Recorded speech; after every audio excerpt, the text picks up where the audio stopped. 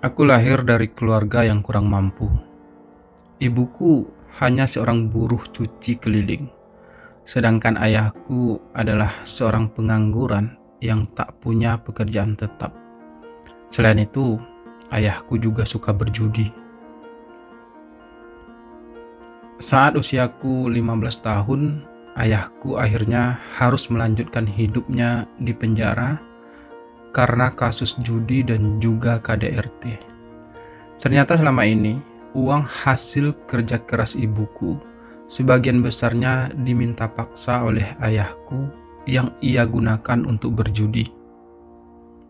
Dan ternyata selama ini, ibuku juga kerap mendapatkan perlakuan kasar dari ayahku yang membuat ibuku akhirnya memutuskan untuk melaporkan ayahku ke pihak berwajib. Sejak saat itu, aku pun hidup tanpa sosok seorang ayah. Meskipun aku tidak tahu bedanya di mana antara masih hidup bersama ayah tapi tak pernah diperhatikan, atau hidup tanpa ayah. Semuanya terasa sama bagiku. Sejak saat itu pula, ibuku berusaha sendiri untuk memperbaiki kehidupanku. Ia berusaha agar aku bisa sekolah dan mendapatkan pendidikan yang layak. Meski aku sendiri tidak menginginkan hal tersebut, karena aku memang tidak suka sekolah. Sebagai anak tunggal, aku memang berwatak sedikit keras. Hal itu tidak terlalu mengherankan, karena aku tercipta dari sosok seorang ayah yang hampir tidak punya hati nurani.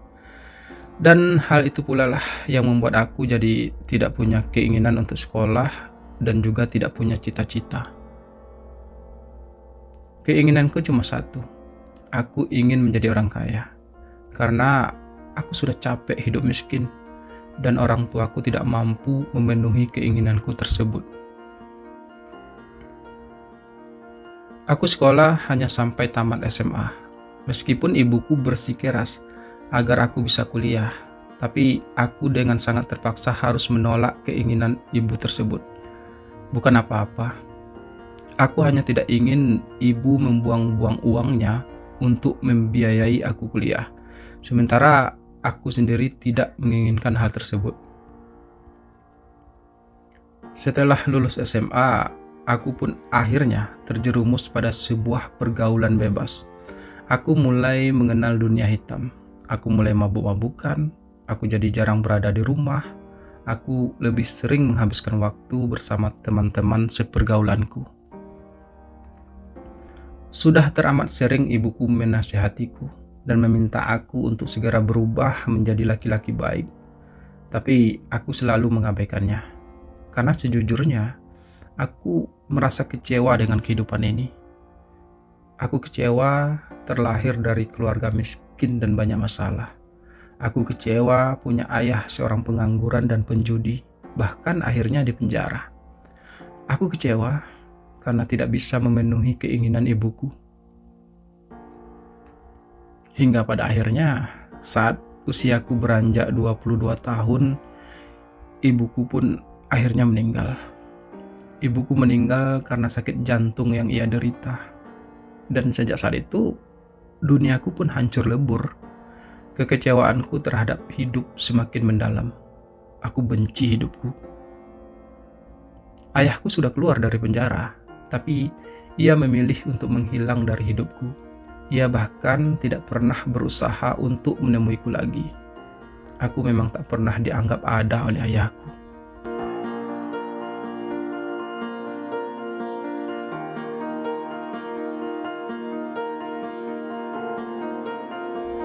Setelah kepergian ibuku, hidupku terasa semakin hancur. Aku kehilangan pegangan. Aku merasa sangat kesepian. Aku tidak punya siapa-siapa lagi, dan hal itu mampu membuatku merasa putus asa. Hingga akhirnya aku pun memutuskan untuk pergi merantau ke kota besar.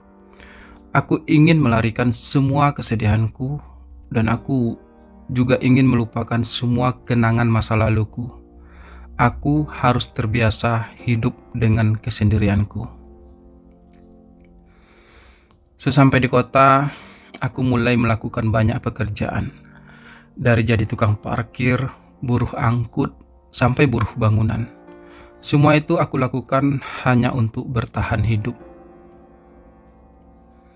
Sampai akhirnya aku bertemu Mbak Yuni, seorang wanita yang sudah berusia 40 tahun lebih dan mempunyai seorang putri yang masih berusia 16 tahun waktu itu.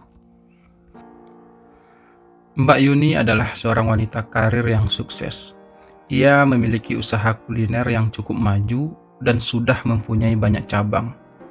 Mbak Yuni mengelola usahanya sendiri karena memang Mbak Yuni adalah seorang janda. Ia bercerai dari suaminya sejak lebih dari 5 tahun yang lalu karena suaminya memilih untuk menikah lagi dengan perempuan lain yang jauh lebih muda darinya. Setidaknya begitulah cerita Mbak Yuni padaku waktu itu. Aku mengenal Mbak Yuni karena kebetulan aku sempat bekerja di salah satu kafenya jadi pelayan. Entah mengapa aku bisa menjadi pusat perhatian Mbak Yuni waktu itu, sehingga ia nekat untuk mengajak aku mengobrol berdua dengannya. Semakin hari Mbak Yuni semakin penuh perhatian padaku. Aku merasa diistimewakan olehnya. Bahkan ia jadi sering mengajak aku makan malam berdua. Awalnya Mbak Yuni hanya sekedar mengobrol biasa denganku, menceritakan semua kisah hidupnya padaku. Aku juga menjadi sangat terbuka padanya. Aku bahkan juga menceritakan perjalanan hidupku pada Mbak Yuni. Hal itu justru membuat ia merasa iba padaku.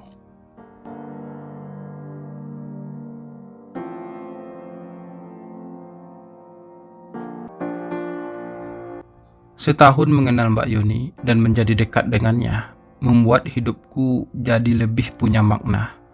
Segala perhatian Mbak Yuni padaku membuat aku merasa berharga, merasa penting. Hingga akhirnya pada suatu kesempatan, saya mau ngomong sesuatu yang serius sama kamu, Sapta. Begitu ucap Mbak Yuni awalnya, saat kami untuk kesekian kalinya makan malam berdua di sebuah restoran mewah. Mbak Yuni mau ngomong apa? Tanyaku setenang mungkin. Sejak awal melihat kamu, saya sudah merasa tertarik sama kamu, Sapta. Karena itulah saya selalu berusaha untuk mendekati kamu.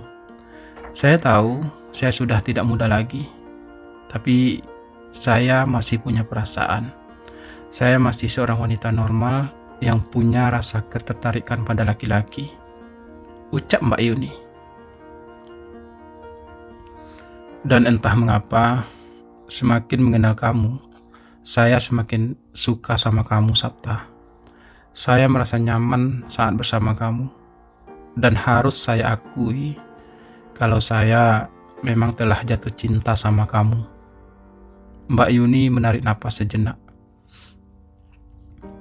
Saya sayang sama kamu, Sapta.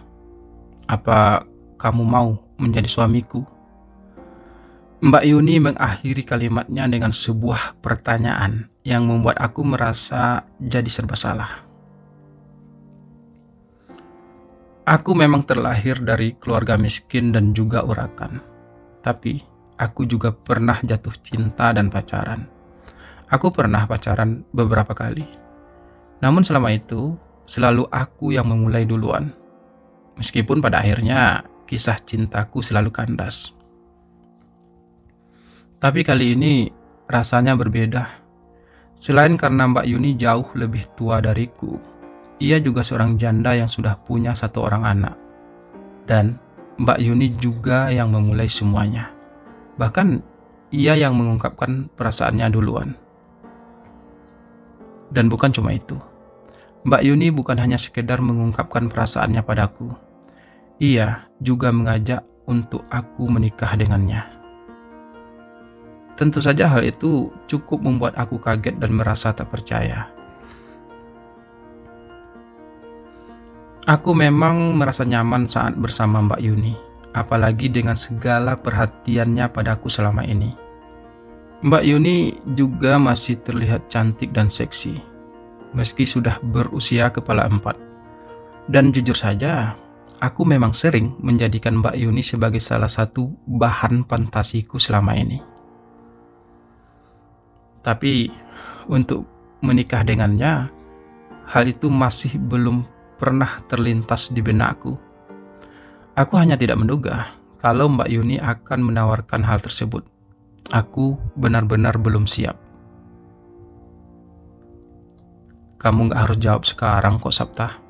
Saya tahu kamu pasti belum siap dengan semua ini, ucap Mbak Yuni kemudian setelah melihat aku hanya terdiam. Iya Mbak, saya masih butuh waktu untuk memikirkannya. Balasku akhirnya dengan suara sedikit tergagap.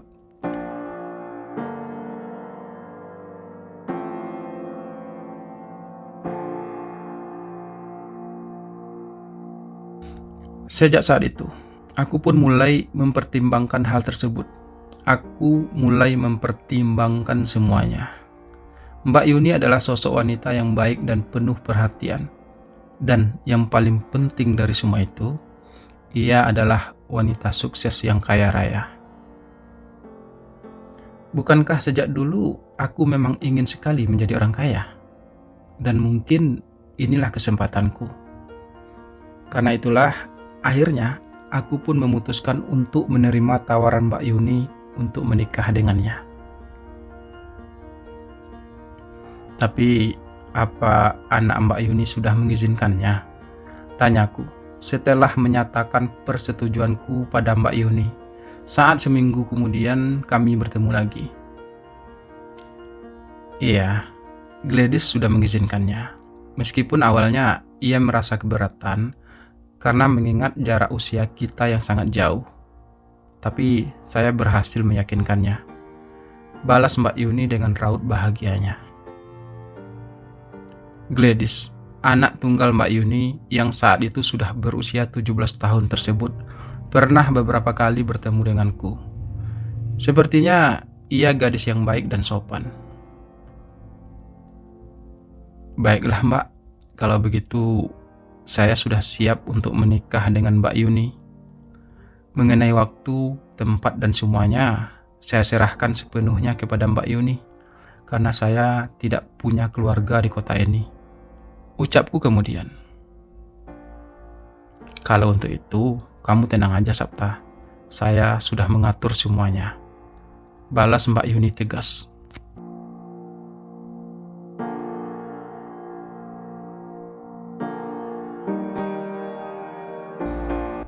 Aku dan Mbak Yuni pun akhirnya menikah.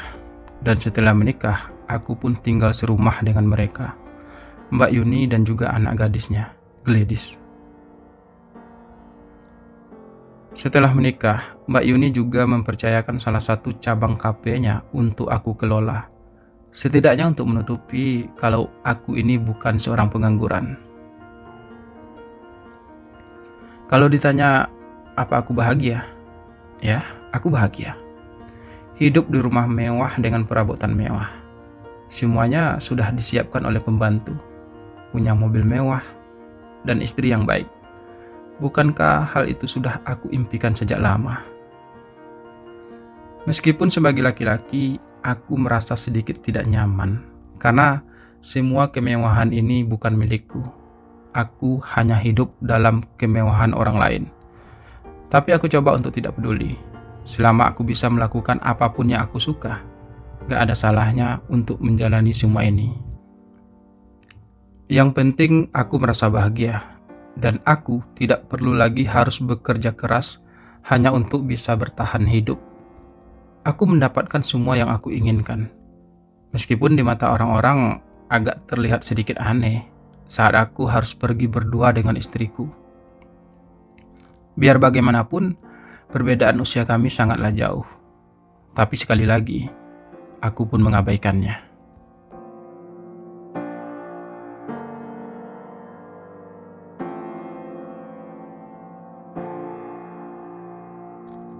Setahun pernikahan kami berjalan. Semuanya berjalan dengan baik-baik saja. hubunganku dengan Mbak Yuni, istriku, terjalin dengan baik. Tidak pernah ada masalah yang berarti di antara kami. Mbak Yuni juga masih mampu menjalankan perannya sebagai seorang istri. Aku juga berusaha untuk menjadi suami yang baik baginya. Sekarang Gladys, anak tiriku, sudah berusia 18 tahun. Ia juga sudah mulai kuliah, dan ia juga tumbuh menjadi seorang gadis yang cantik. Sebagai seorang laki-laki muda yang masih berusia 25 tahun, aku masih punya jiwa muda yang penuh gejolak. Aku masih punya rasa ketertarikan pada gadis yang lebih muda dariku, dan terkadang aku tidak bisa menutupi hal tersebut. Gladys, yang hampir setiap hari bertemu denganku, salah satu gadis yang berhasil menyentuh jiwa mudaku. Aku mulai merasa kagum dengannya. Aku mulai sering memikirkannya. Dan tanpa aku sadari, aku telah jatuh cinta padanya. Ya, perasaan itu tumbuh begitu saja, tanpa aku rencanakan dan tanpa bisa aku cegah. Aku jatuh cinta pada Gladys, anak tiriku. Sekuat mungkin aku berusaha memendam semua perasaan itu. Aku tidak ingin terlarut di dalamnya. Biar bagaimanapun, Gladys adalah anak tiriku. Aku tidak mungkin bisa memilikinya. Tapi, takdir ternyata berkata lain. Gladys yang sejak remaja sudah kehilangan sosok seorang ayah, sudah kehilangan kasih sayang seorang ayah, dan sudah kehilangan sosok laki-laki panutan dalam hidupnya, membuat ia cukup membuka diri kepadaku. Kami menjadi cepat dekat dan akrab. Dan sebagai seorang ayah, aku juga berusaha untuk memberi perhatian dan kasih sayang kepada Gladys. Semua perhatian dan kasih sayang yang aku berikan kepada Gladys ternyata menjadi bumerang dalam hubungan kami berdua. Gladys jadi salah paham akan semua itu. Ia mulai merasa nyaman menghabiskan waktu bersamaku. Ia selalu berusaha untuk mendapatkan perhatian dariku. Karena sering menghabiskan waktu bersama dan sama-sama merasa tertarik, hal yang paling aku takutkan itu pun akhirnya terjadi. Aku dan Gladys saling jatuh cinta. Kami juga sudah saling terbuka akan perasaan kami masing-masing. Sampai akhirnya kami pun sepakat untuk menjalin hubungan diam-diam. Bahkan lebih parahnya lagi, aku pun berhasil merenggut sesuatu yang paling berharga milik Gladys. Kami melakukannya atas dasar suka sama suka, dan hubungan kami sudah sangat melampaui batas.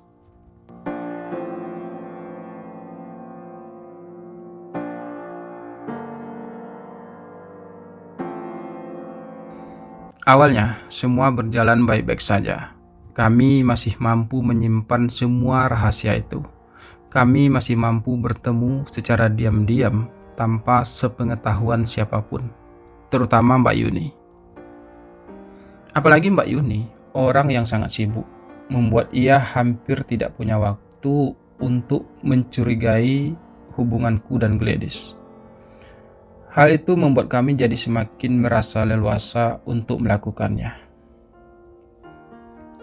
Tapi, sepandai apapun tupai melompat, pada akhirnya akan jatuh juga.